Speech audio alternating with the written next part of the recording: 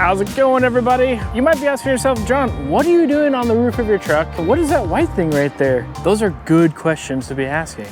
Well, we're actually on top of a parking structure and we have excellent view of the sky because we're going to be putting the most technologically advanced modification we possibly can do to the 2023 Tundra.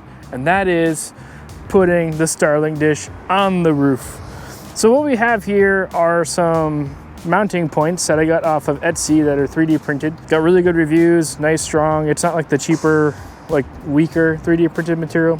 It's actually pretty strong because I was a little, I can't even bend it really at all. I was like, man, am I really gonna trust these 3D printed item like things to hold down the Starlink dish as I'm driving?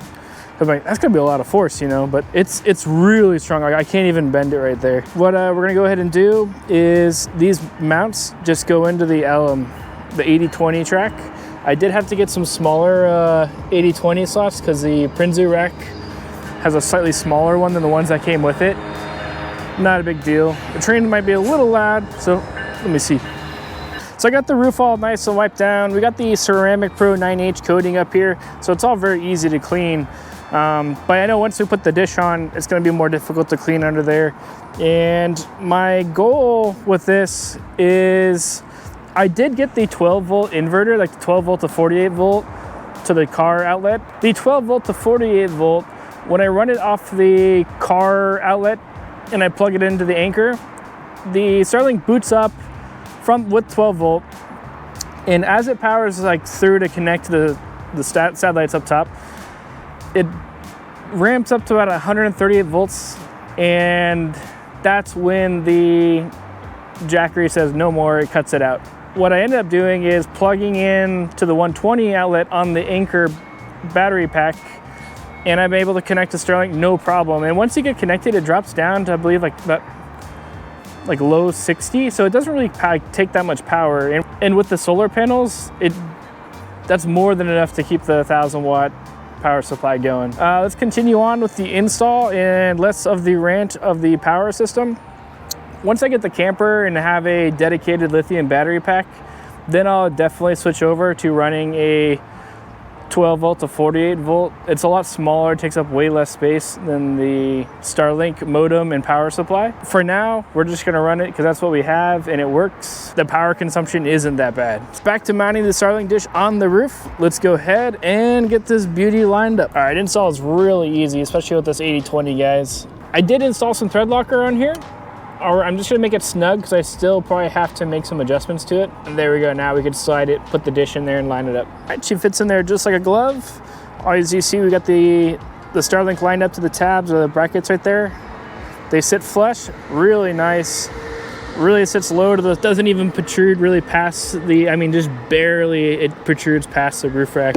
I'm not worried about whacking that on anything. Let's go ahead, get these corner tabs bolted on and get all the top brackets. The corner bracket right here, 2 bolts, just slides into place like so, creating a clamp on the corner, and then you just go ahead and tighten them down. We got 2 on right now. Let's go ahead and get the rest on. All right, let's go ahead and tighten these down.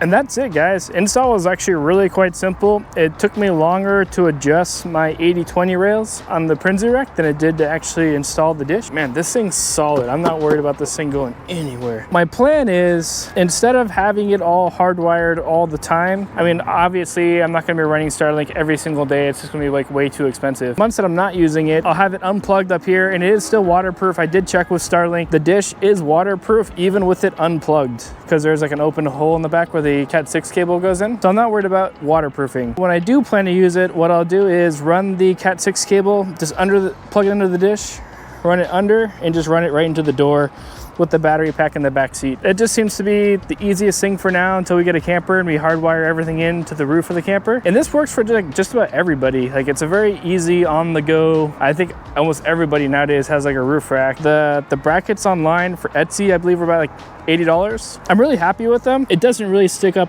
like any higher than the rack, like by barely, maybe like by a finger. So if you're really worried about clearance, I mean, I'm sure I'll still clear under 8 feet, no problems. It doesn't really add any height. So I think tomorrow what we're gonna do is we'll hook everything up, run the Cat 6 cable through the door, mobile speed test, like on the road. We're going up to Manhattan Beach tomorrow for work.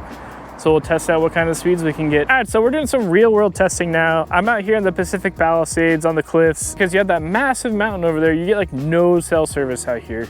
I'm out here a lot of times for work, not able to access, send messages, like receive calls or nothing.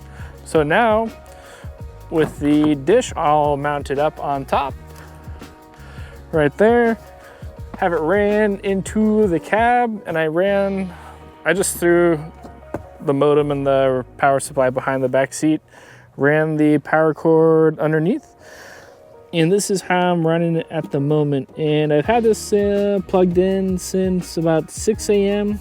I'm at 86%. Right now it's using about 49. It jumps up from 49 to about 60 watts. That's how we're powering it right now, and that's how it's been working for today. And I'm pretty happy with it overall. Obviously, if I'm like set up at camp, I'll throw the solar panels out during the day. It'll keep it topped off, no problem. Let's see what kind of speeds we're getting right here. Let's see.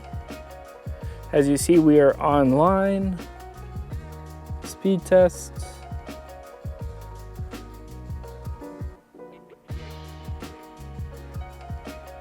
Yeah, so as you can see also on the top, I have like no bars here, no 5G, no nothing. We're on the Wi-Fi right now.